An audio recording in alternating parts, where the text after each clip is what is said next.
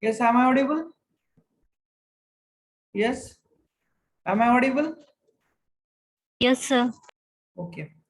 So last class we have seen that reluctance pulse pickup type transducer. Okay, and also we have studied LVDT. Okay, and its operation we have studied in detail. Okay, so today's class we will see that strain gauge, which is a passive resistive type transducer. Okay, I think in last class we have started this strain gauge. Okay,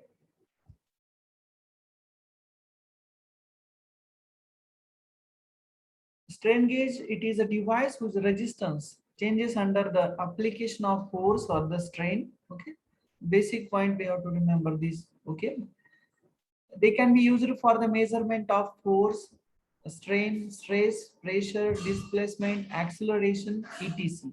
Okay, we remember that.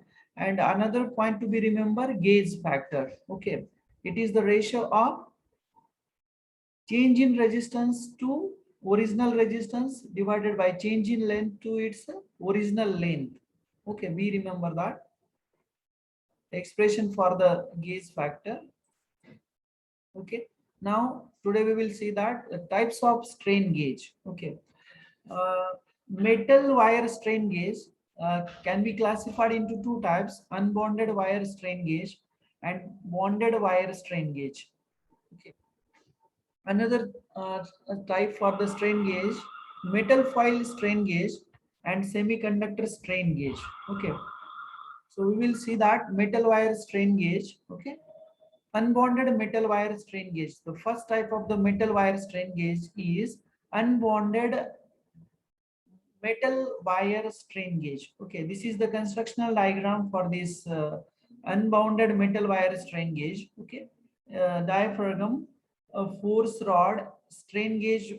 Okay, strain gauge, windings one, mounting rings, uh, sapphire post, and spring element. Okay, if we see this in physically in the laboratory, then you will come to know how it will be look like and how the construction is done. Okay, so this is what the constructional diagram for the strain gauge. Okay, we remember that this is only diagram you have to remember. Okay, which types of windings are there, how the metal wire strain gauge is constructed. Okay, we remember that. Next, the bonded metal wire strain gauge. Okay, bonded metal wire strain gauge. It is the second type of metal wire strain gauge. Okay, a working principle for this strain gauge is what? Only change in the pressure, force, strain, stress applied on the winding. It will going to change the length and diameter of that wire.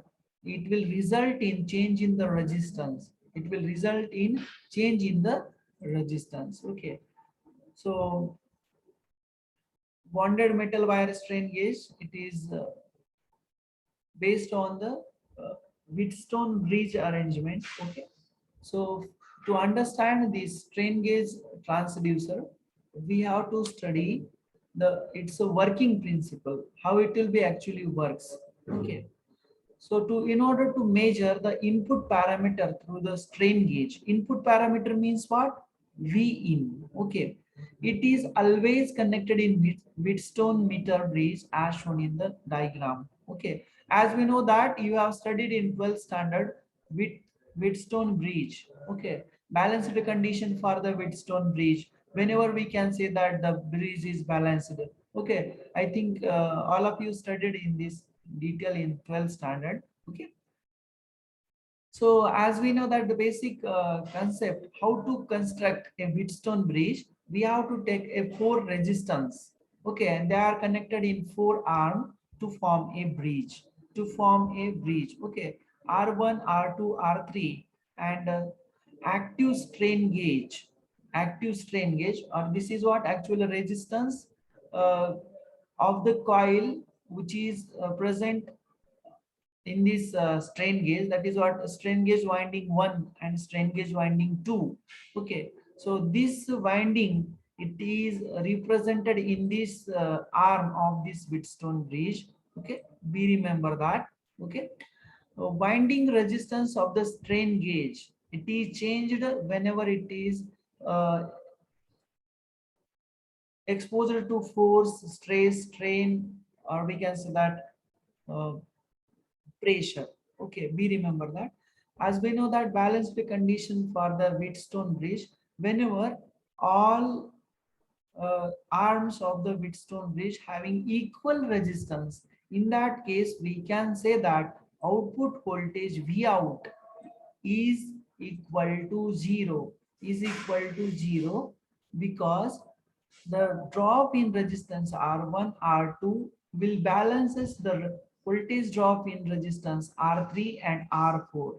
Then and then only we can say that voltage across the output terminal V out equal to zero. Okay, whenever it is will be possible, whenever all resistances present in the all arms are equal in magnitude, equal in magnitude. Okay, in that case we can say that voltage at output terminal V out or V0, it will be equal to zero. Okay, so in that case we can say that Wheatstone bridge is under balanced condition. Okay, whenever the Wheatstone bridge is balanced condition, the output voltage will be equal to zero.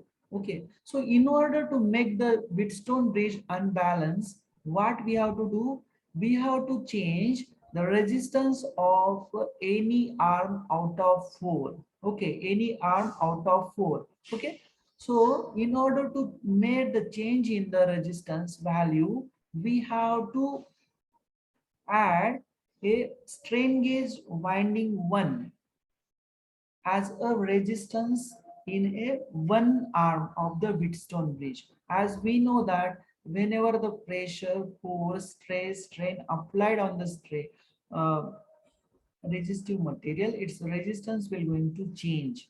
Okay, resistance will going to change. Okay, so strain gauge winding 1, it is connected in this fourth arm of the Wheatstone bridge.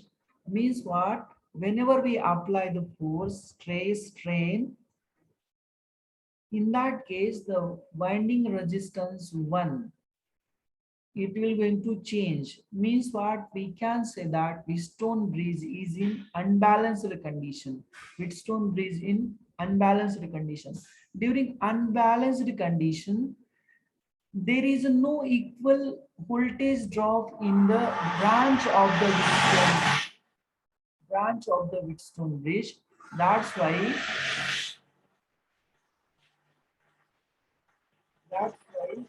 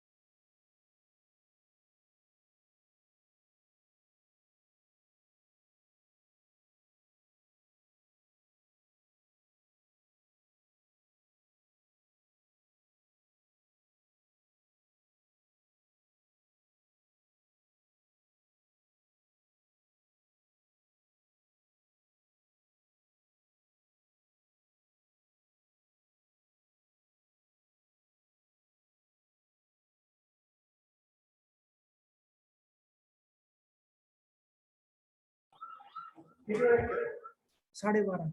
Just wait for 5 to 6 minutes, because in machine 1 lab there is practical session. That's why we are getting the noise. So I will shift my position from machine 1. So please wait for the 5 to 6 minutes. We will continue once again. Okay.